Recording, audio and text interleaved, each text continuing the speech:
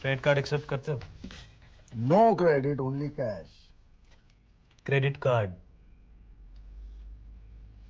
Tariff क्या है? हाँ? एक दिन का रूम का कितना पैसा लेते हो? आपको रूम घंटे के हिसाब से चाहिए?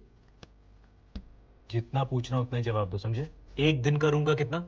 दिन भर के लिए क्यों चाहिए? हमें कौन सा दिन भर रहना है? सुनो, मैं बात कर रहा हूँ।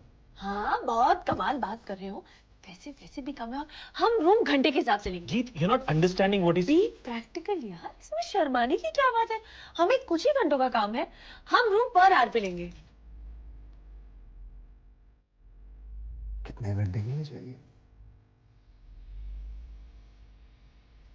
तो 2 घंटे काफी होंगे। अच्छा चलो सेफ साइड 3 घंटे। 3 घंटे तो मोर देन इनफ है। हाँ